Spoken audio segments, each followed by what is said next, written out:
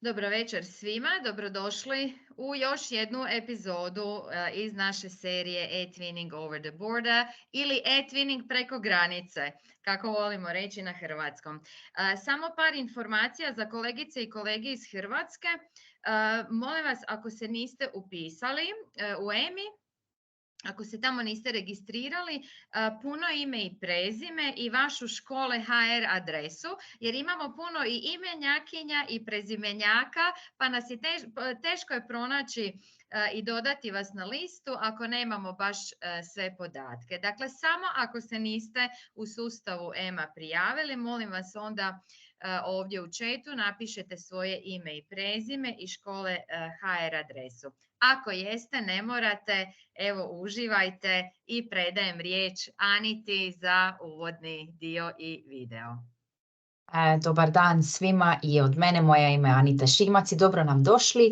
Ja ću podijeliti svoj ekran u nadi da će zvuk proraditi pa da vam pustim par informativnih slajdova za početak.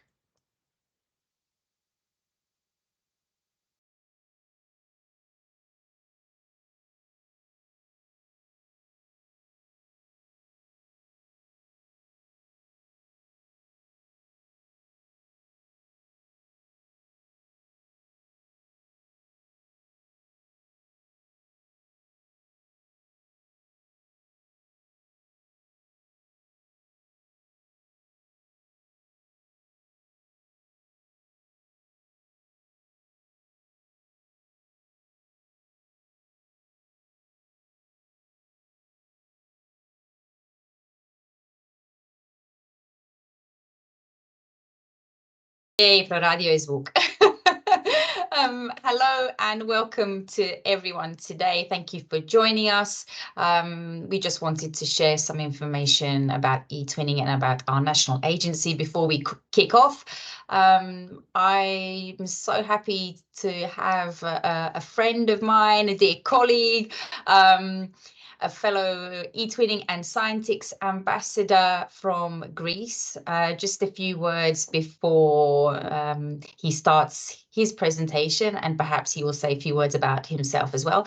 I'm trying to think of when we met, Nektarios. I'm not sure, but it must be a good 4 or 5 years ago, maybe. I think it's almost 6 years now. Oh, okay, 6 years. Time flies when you're having fun. So Indeed.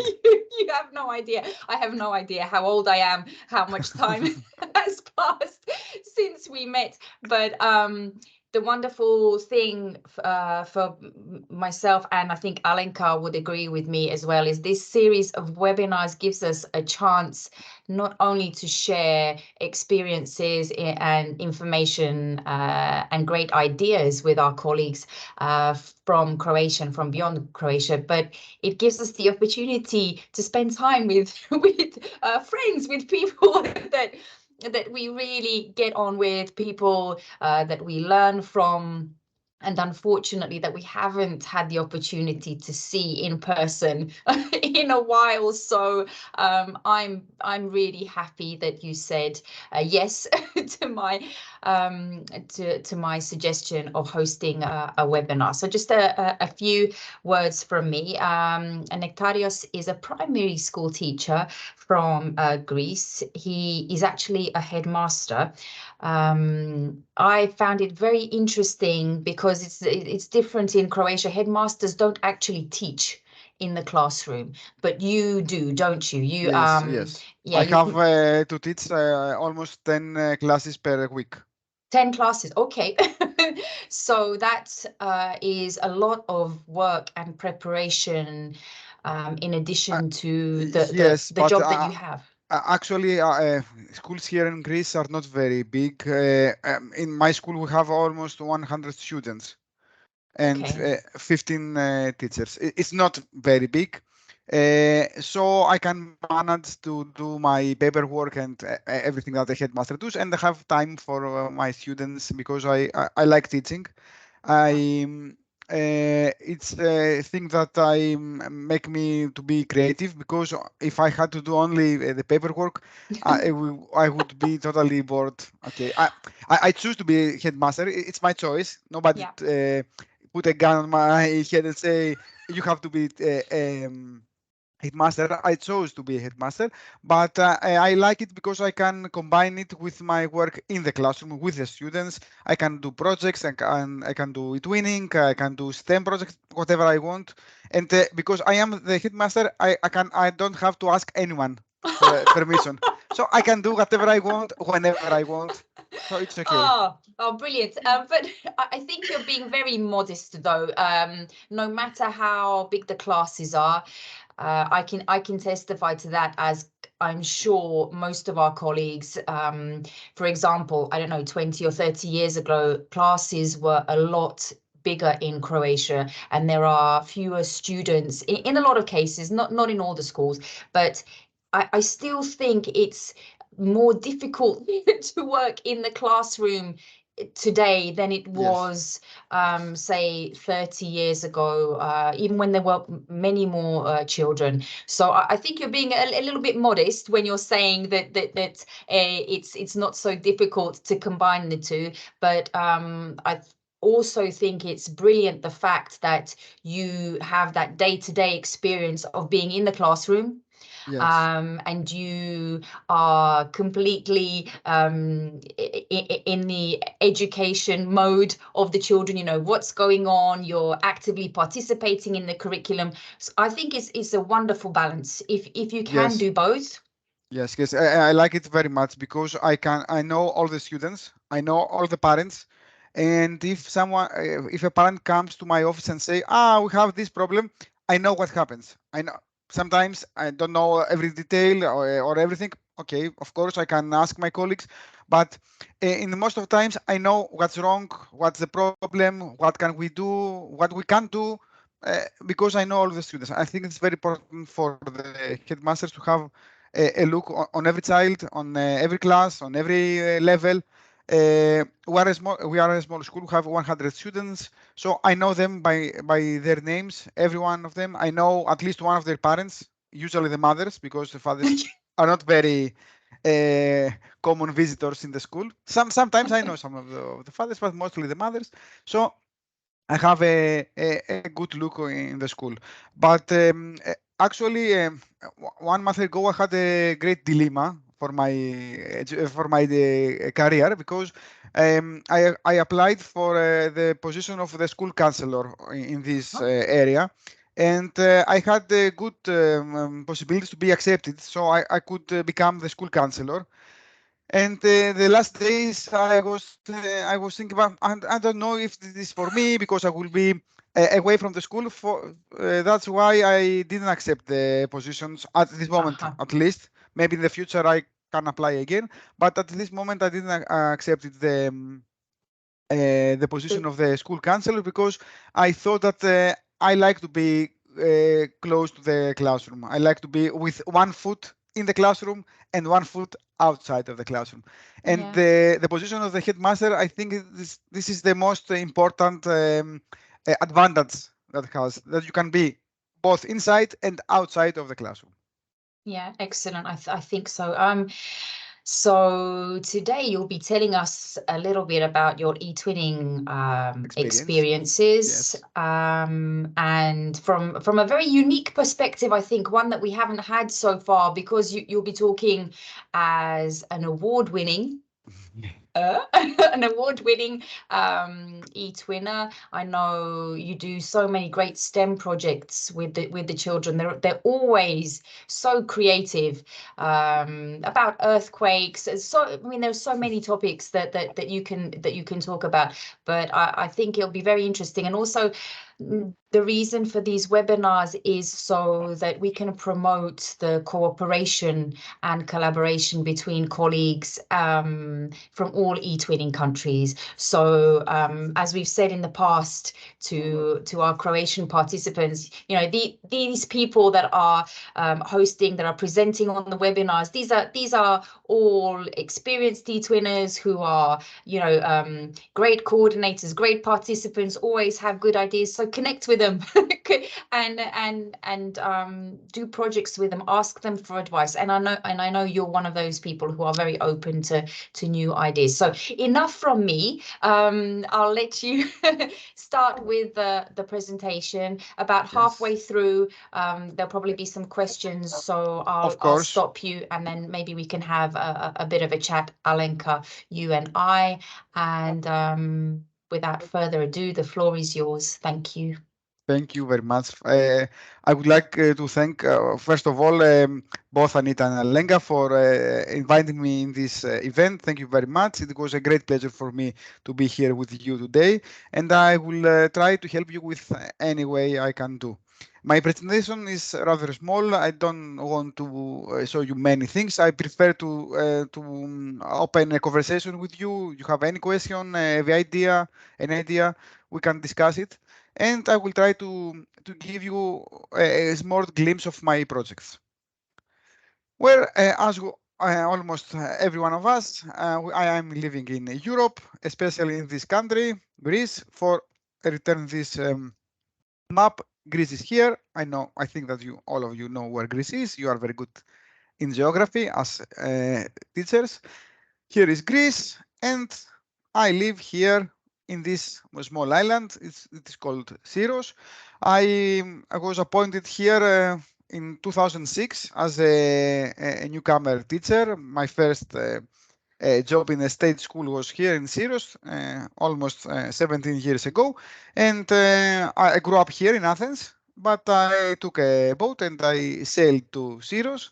I was here for just 1 year because I was a newcomer teacher, but after some months I understood that this is a place that I like very much and I would like to spend a part of my life here. So I decided to spend another year and another year and another year. And now there are 17 years that I live here. And now I think that this is my home. Syros is my home, not Athens. I visit Athens as a tourist just to visit my family, but my home here now is Syros. My name is Nektarios Farasopoulos, as Anita mentioned before. I'm a primary school teacher since 2004. And since 2018, I'm the school headmaster of the Syros Primary School. I'm an eTwinning and Scientix ambassador. I have created content for MOOCs, for learning scenarios, and then other EUN initiatives. This is a photo of Syros. Syros, if I have to translate it into English, I would say up Syros. It's the most the hill area of Syros. This is a medieval town. There are papers in this town since 1200 after Christ. There are almost over 1,000 years of history in this medieval town, and you can see our school here down on the left. This is our school. We have 6 grades, 6 years to 12 years old, and around 100 students.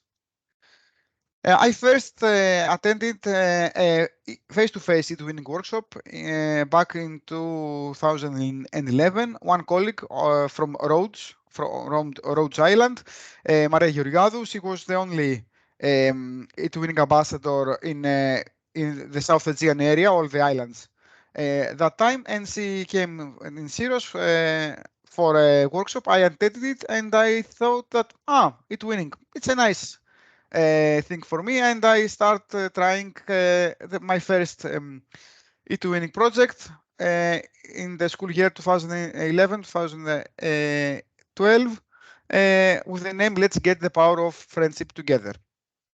I continued with a lot of projects, and in the year 2016 I finally got my first quality label for the project Anaximandros 2.0. Anaximandros is the name of an ancient Greek philosopher, and we made a project about STEM in that year, and we call it from Anaximandros.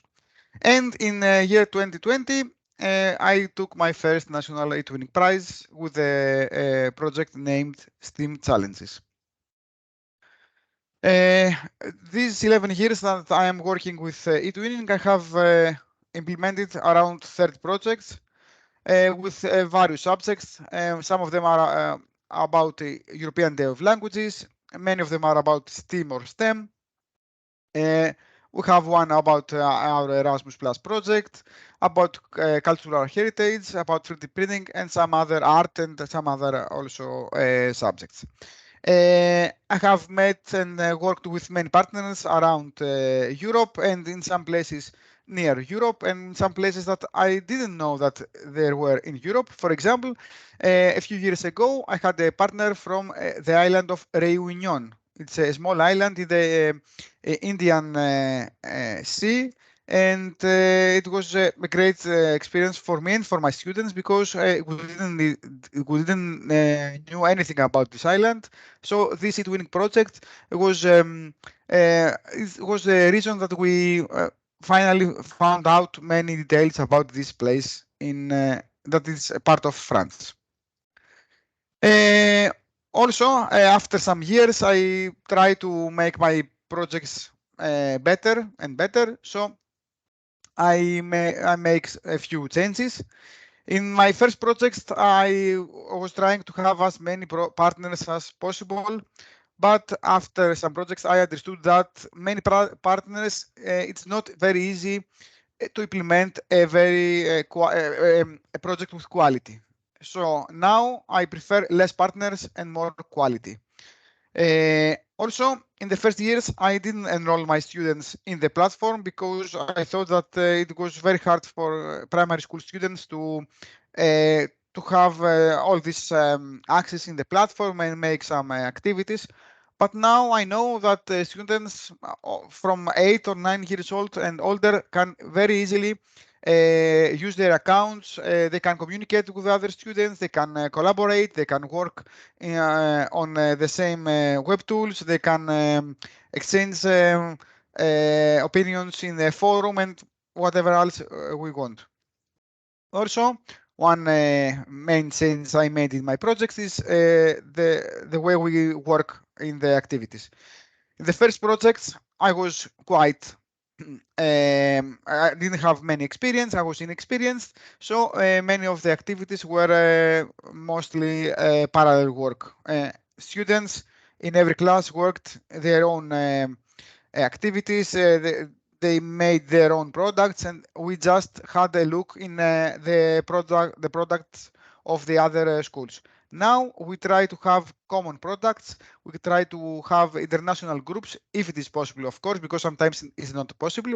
When it's possible, we can have international groups, and for sure we try to have common products. Even if we work separately, we try to have the same product, so our work is totally combined with the work of the other schools. From my first project, I couldn't find any file because, you know, TwinSpace and eTwinning has many upgrades, so the first files are gone. But now I can stop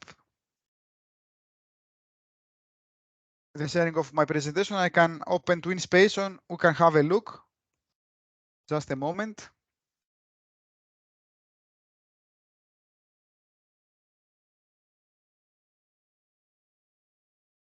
I can share my screen again. Now you can have a look in my TwinSpace. I prefer to have this for the presentation because, as you know, the new platform is totally bad. It's something that ruins our lives, and I hope that very soon they will fix it because it's very hard for us to work in such conditions.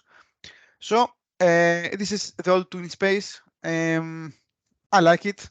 I miss it, I think, because we could work here. We could have some projects.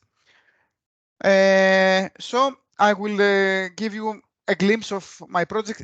Some of them are not something special, but just to have a look for you, to have some ideas what can you do in eTwinning. I will start with one of my oldest projects available now.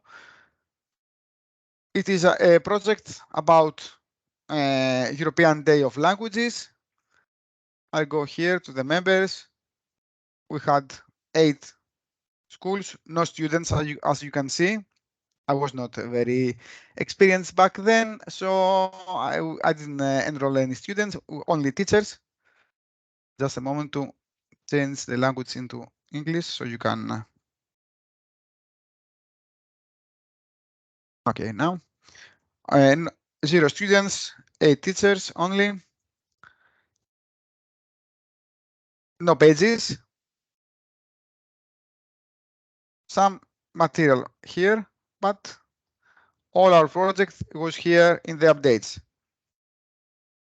Not a very quality project, as you can see, but it was a good experience for both me and my students because we had the opportunity to speak with other classes and make some videos and some photos and everything. But as I grow as a person, as a teacher, I try to implement more quality projects. So a few years. Can I just ask? Sorry to interrupt. Of course, of course. That project that you just showed us, and you said there were no pages. No. You did the activities differently. How did you find your partners then at that time? At that time, I found my partners through eTwinning forum.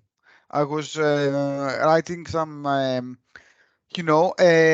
ads, some announcements in the forum, and I was asking for partners to participate in a very small, not big project about European Day of Languages. You know that the European Day of Languages is 27th of September, a few days after our first day in the school. So it's not a very good time for us because it's too early in the school year. So we are not very prepared. We are not ready to work very much, but we try. So for 2 or 3 years, I think that I made a project like that. For 1 month, we made a few activities about European Day of Languages, and we uploaded some videos and some photos. I just wanted to ask you. You said that you wrote a note in the forum. I think sometimes colleagues have said to me in the past, "How do I know who is a good partner for a project?" You can't know. You can't know. Is it a risk? How do I know this is going to be a good project? Have you? Is that something that you do? You go and look for new partners, or do you like to work with, the same people on certain projects from your experience? As I get older, I think I don't like the change, so I prefer to work with more or less the same partners or partners I have met in person. I have to be honest. It's a risk. If you go to find someone in the blind, of course, it's a risk. There are people that are very inexperienced, people that they don't know even to speak English. There are people that they are not sure what they have to do. Okay, it's something that happens. But after some attempts, after 1 or 2 attempts, then you start to know who is going to be more okay for your project or not. And if you find someone. Sorry, I was going to say, else if someone recommends someone to you, I often do that because I know there are colleagues that I have who are very good at their job and project that they do in school, but they haven't ever tried an eTwinning. And then I always say, oh, I recommend this for this person. Yes, of course. Recommendations is always working.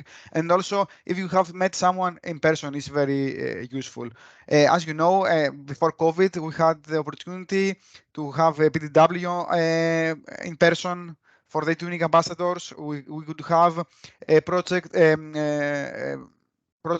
partners finding meetings also very good experience for the eTwinners. So we had the opportunity to meet people in person, and then you can start a project together. We can start or even an Erasmus together, not only eTwinning, because if you know someone, it's easier to connect with them. It's easier to trust them, and it's easier to work more and more for this cooperation to happen. Yeah, sorry to interrupt. No, no, I prefer it because sometimes I speak a lot and I speak fastly. I know, and okay. it's sometimes tiring for the audience. I would just like to add something, that it doesn't matter if you have same colleagues as project partners, as your students are coming and going, they're changing. So Indeed. it's fine. It's fine to have reliable people to work with, definitely. Yes, yes, it's easier. It's easier. I have to be honest. It's easier because you don't have to explain everything from the scratch. They know how you work. I know how they work. So it's easier to cooperate, to work Yeah. together.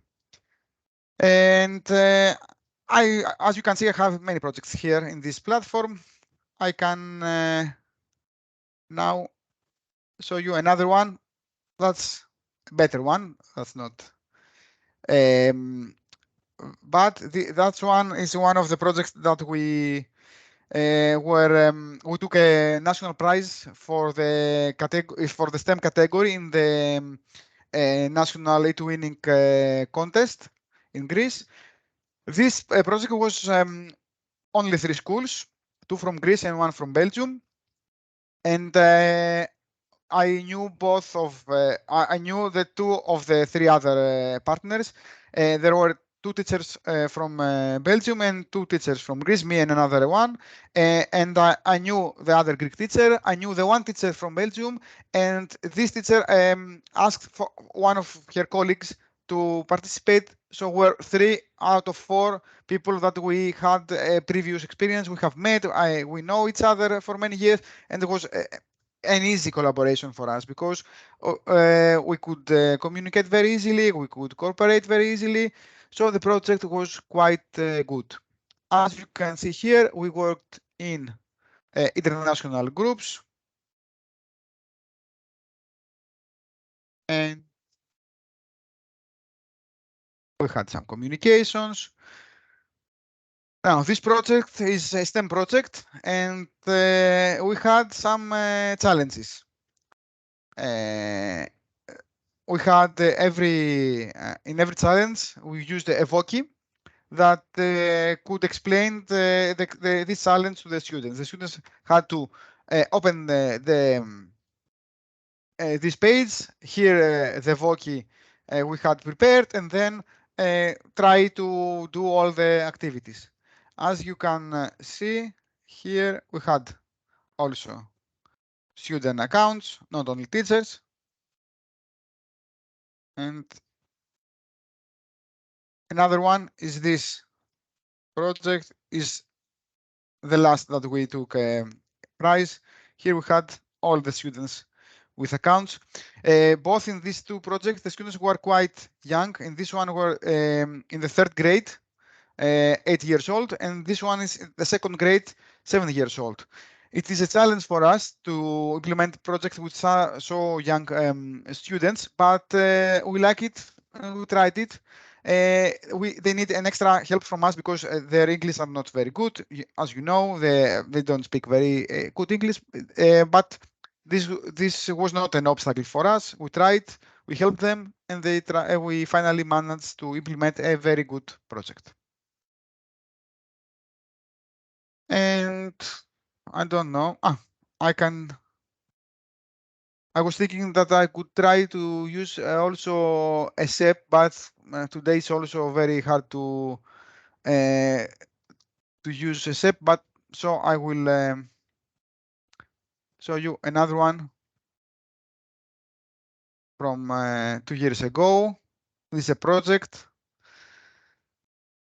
Again, you can see that there are not a lot of students, and the students are mostly the students from my class. Some of the other schools didn't create accounts for the kids. Also, you can see here that we don't have pages using the name of the country or the school.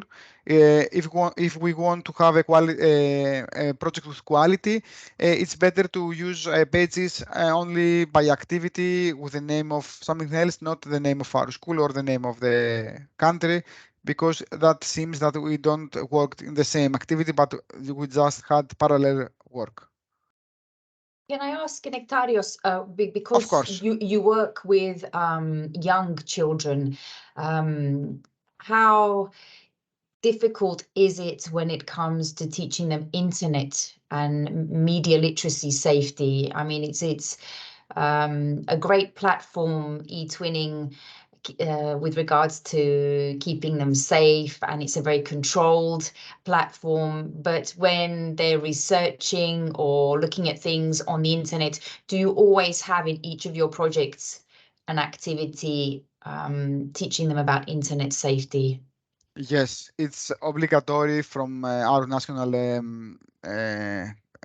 organization that we should include, not only from the central organization of eTwinning, that we should have at least one activity about internet safety. It's very important because students nowadays are using very much the computer, the tablet, the smartphones.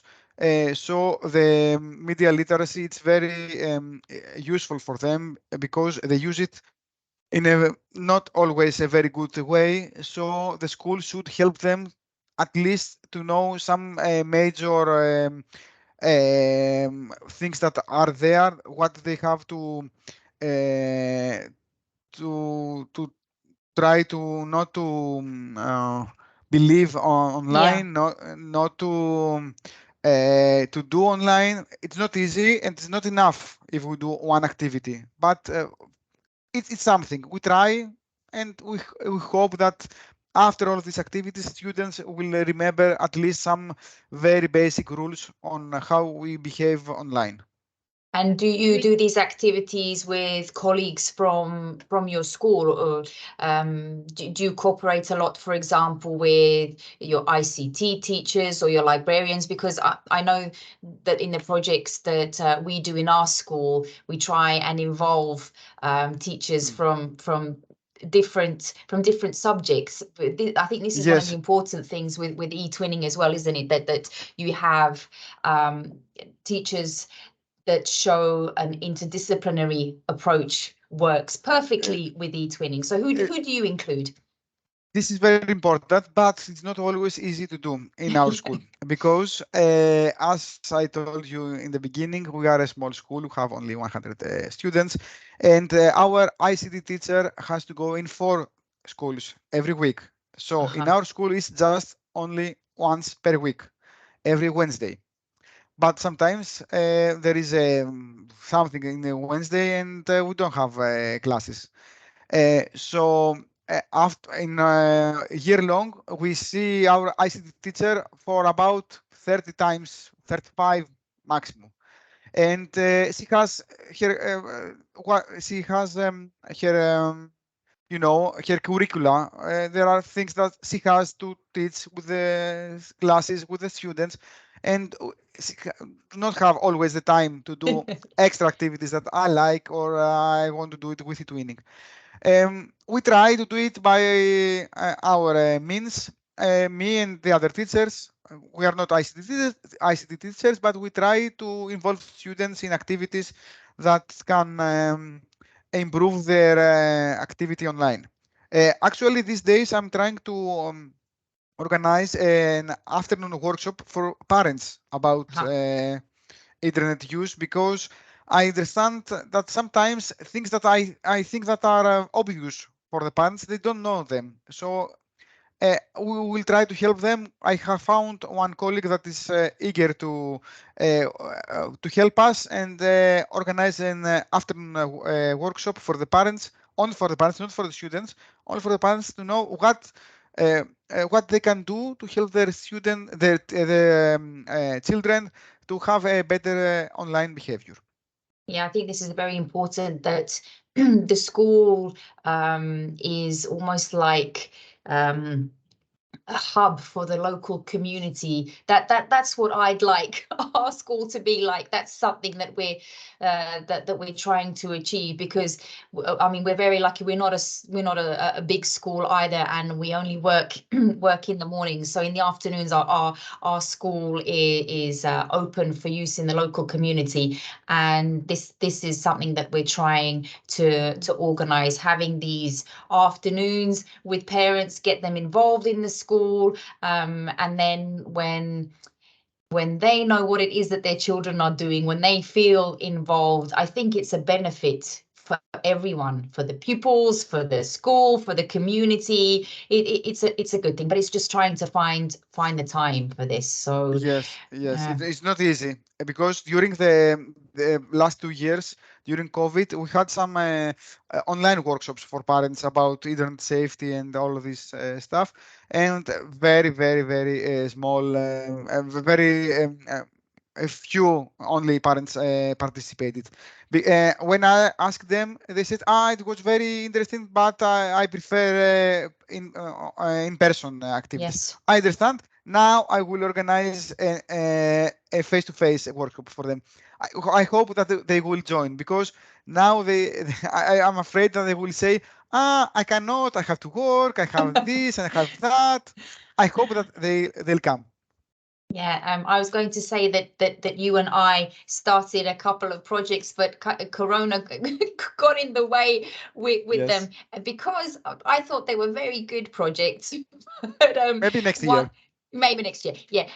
If the platform works properly. Let's not talk about the platform anymore. But but again, it's the projects that you and I discussed, again, STEM. So is STEM like a big love of yours, or is it just a coincidence that you like working with projects where there is a lot of STEM involved, or do you find it easier with getting children involved when it's, you know, the sciences? I very oftenly I think about this, why I am I implement STEM projects. I don't know why. I don't. It's not my favorite. I like main projects. Actually, since I was a student in the school, I prefer math and science from language class. Okay, I know that. I was knew that from when I was 10 years old. From that age I preferred maths and science from language and the other subjects. But as a teacher, I like all the subjects. I implement different projects, but I think that the past years STEM is very popular, and there are a lot of ways to implement STEM projects in eTwinning, in scientific STEM week or STEM campaign, in different competitions. So I implement many STEM projects, but it's not my the only projects I prefer. I like also other projects, art, history. But nowadays you can combine everything. You can do STEM and art and history and Greek language and English language and everything. Okay, I was going to ask you about one of the first projects that you mentioned, Anaximandros. Did I say that properly? Yes. Okay. Yes. But you said he's a famous Greek philosopher. Yes. But then you mentioned that it was a STEM project. So yes. how did you combine these two, philosophy and STEM? It was at that year we took in the school I was working that year our first Lego We Do kit. Lego. And, okay. Yes, and I tried to find schools with that had a similar kit, that they had Lego We Do. So we tried to have a project about robots in ancient Greece. And so the name was we choose it after voting. We had several names with the students. They vote for their the name they preferred, so they chose Anaximandros. And we had only one Lego We Do kit, and I had 20 students. Uh-huh. And as you know, you cannot work with 20 students and just only one kid.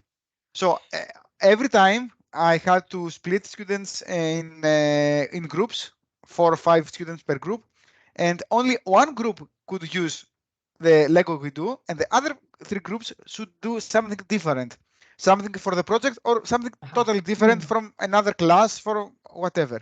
And then we rotate this. Okay. Another group they had to destroy their building with the Lego we do. They just had 1 hour to experiment with everything, and then they have to give it to another group to try Start the again. robot. Yes, start again. Yes, Okay. yes. It was very, very hard for me, but I like it, and it was my first time that I had a kid in the school. Now we have 4 in the school that I work. We have 4 Lego we do's. We have 6 B-bots. We have Makey. It's easier to implement something in the whole class. Okay, I see that a colleague of yours and another friend of mine is in the chat, and Natalia Zizi is there with us. She will be holding one of the webinars, and I remember now that she and I remember now she said that she actually has an eTwinning class. Is that something that you have in your school? So she has like a dedicated I know, yes. lesson.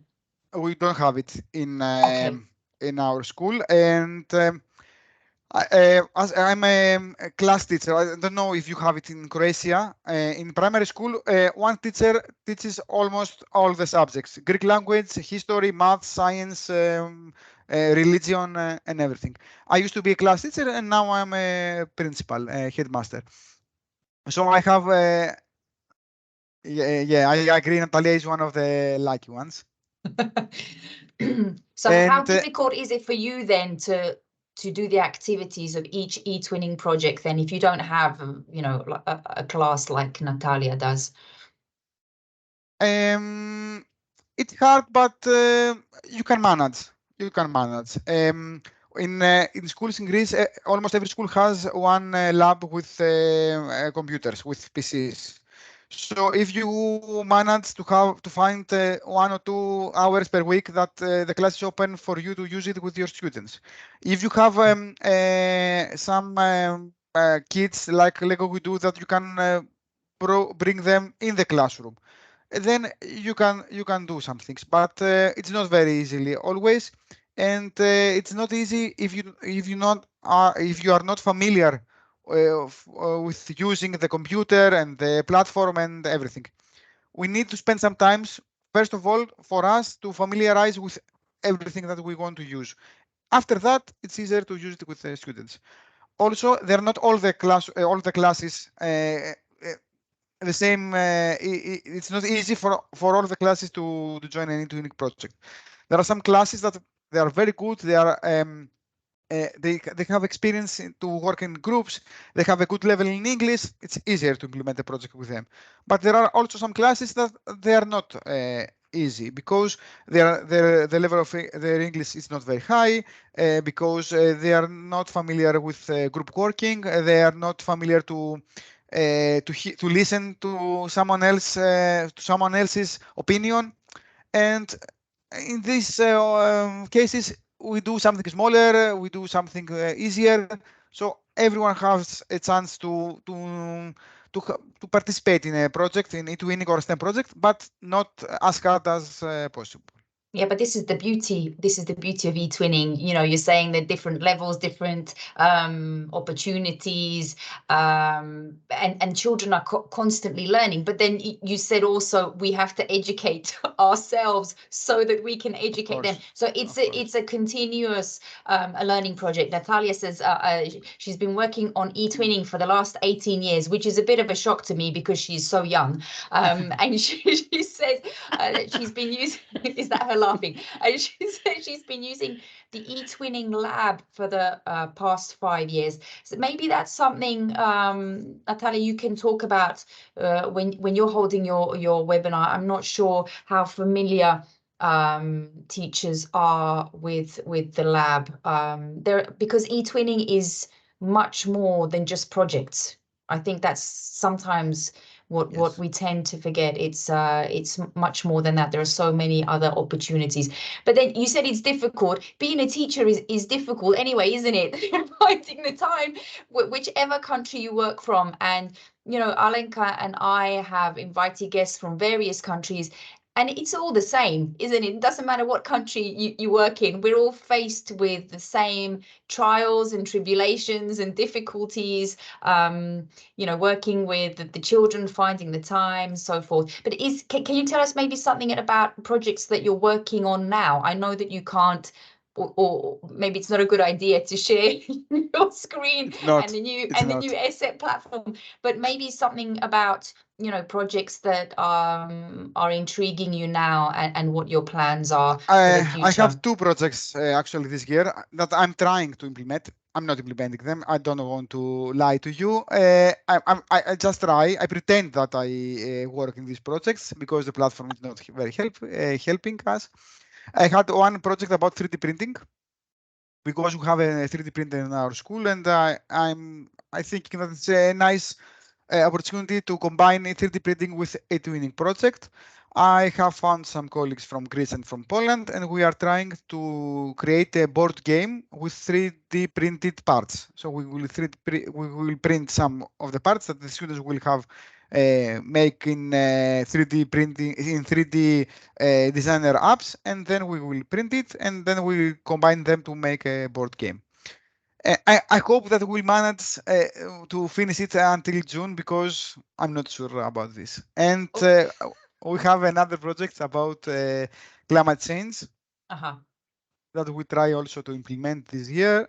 Also, we don't have do many activities because the platform is not very cooperative. Not at all. Okay, but talking about the 3D printing, see, the project that we started and tried to implement a few years ago. See, I thought that had the structure of a really good project. It was called 1D, 2D, 3D print. So from the very beginning, you know, from the written words, then progressing to, you know, through 2 dimensions, and then finally 3 dimensions. I thought that we can implement it next year. Maybe, yeah. But the thing is, you know, I was looking at your presentation and how different people see the same things very differently. As you were presenting where you're from and the map of Greece, I received a message on my phone from one of the participants, and she said, yeah, we should do a project with him next year, because, you know, Greece has so many islands, Croatia has so many islands, you know, I'm sure that we can do something STEM and geography. So, you know, I think that's one of the benefits of webinars like this. Even if you come away with one idea, or you connect with one person, I think that's really good, and I really hope that people find it useful in that sense. Are you still there? The screen has frozen. Okay. The screen has frozen. I'm not sure about my internet connection either, so if my frame is not working, maybe this is, but I think that now it's okay. And yes, it's a very good opportunity, and I'm very happy that you invited me here today, and I try to give you some ideas about eTwinning projects. I think that eTwinning is very easy to implement and easy to stop it. So even if you are afraid of something, even if you have a rough year, or not a good class, or whatever problem you can face, you can give a try to eTwinning. If something is very, very hard that you cannot work with it, you can stop it. You didn't received any money from EU, so no one is going to tell you why you stopped your project. So give a try. Don't be afraid with eTwinning. Yeah, it's very flexible, isn't it? Yes. You can give as much as you want, or as little as you want, but there's always something to learn. That's what I think, and you always meet someone that you can learn from. The whole of life is a learning experience. We learn from each other. We learn from our students. So I know that I'm thankful to the platform for having given me the opportunities to meet people, and I think in all honesty, that's one of the most important things, the connections that you make with other people. I totally agree. Actually, with Natalia, I've met her through eTwinning, as we were both of us ambassadors in Greece. I would never met her otherwise, because even if we work in Greece, both of us, I live in an island. Natalia is in Athens. We wouldn't be able to meet each other, but eTwinning gave us this opportunity, so we have met each other, we have worked together. We have actually a MOOC running these days together, so have many things now with eTwinning. Oh, that, you have a MOOC. Where is the MOOC on? It's a Greek MOOC for eTwinners in Greece. Okay. That's wonderful. That's wonderful. Is there anything you'd like to maybe Alenka to ask, because I have a feeling that I talk too much. No. I enjoy listening to you as an English teacher. To listen to like a native speaker like you is, music to my ears. I use the opportunity to practice, so I don't forget. Every time I speak with Anita, I feel a little bad because my English is not very good, and Anita speaks so good. And I think always like hanging out with people who can do something better than me, so I can learn from them. It's Anita's language. English, perfect. Nektarios, with you, all the experience with eTwinning. You mentioned so many topics. First of all, I want to say how amazing it is that you are a headmaster and a teacher, and this is what I think every headmaster should be, just not to lose the contact with the reality at schools, both because of the children and the colleagues.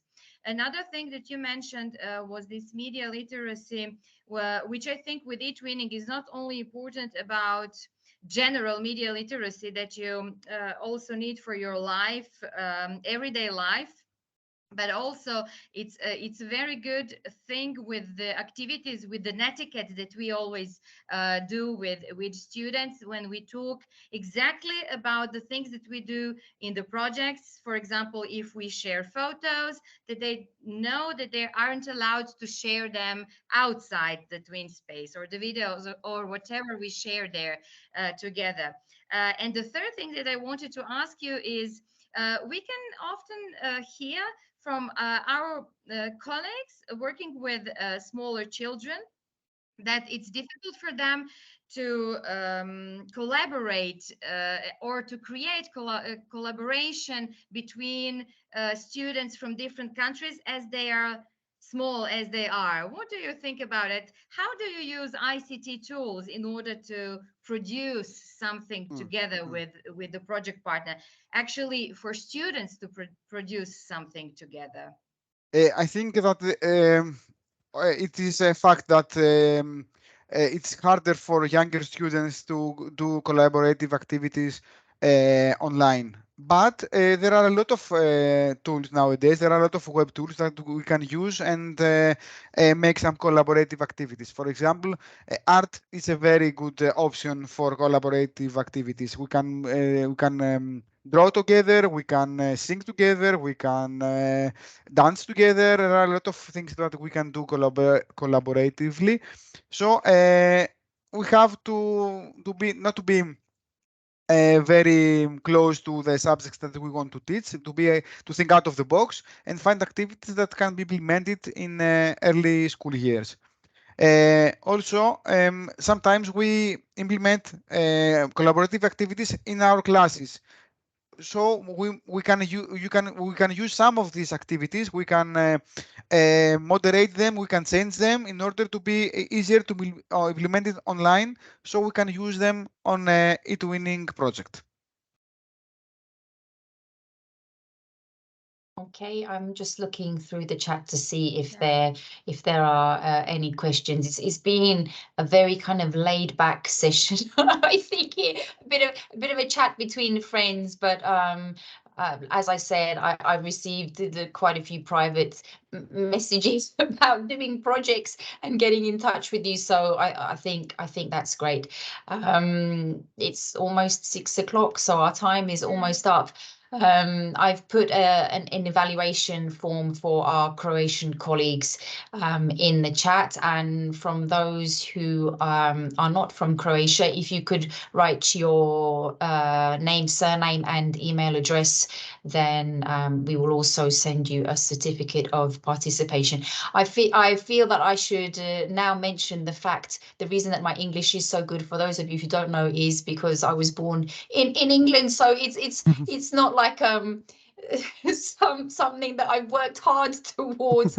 I was born with this accent, so there's no need to feel as if that's the only reason I speak better than Alenka or you do. Nothing else. But it's been great, Nektarios, seeing you, and I look forward to the autumn, perhaps, when we can start a proper project Yes. with my geography colleague who is in the chat and is eager to do something about islands and STEM with you.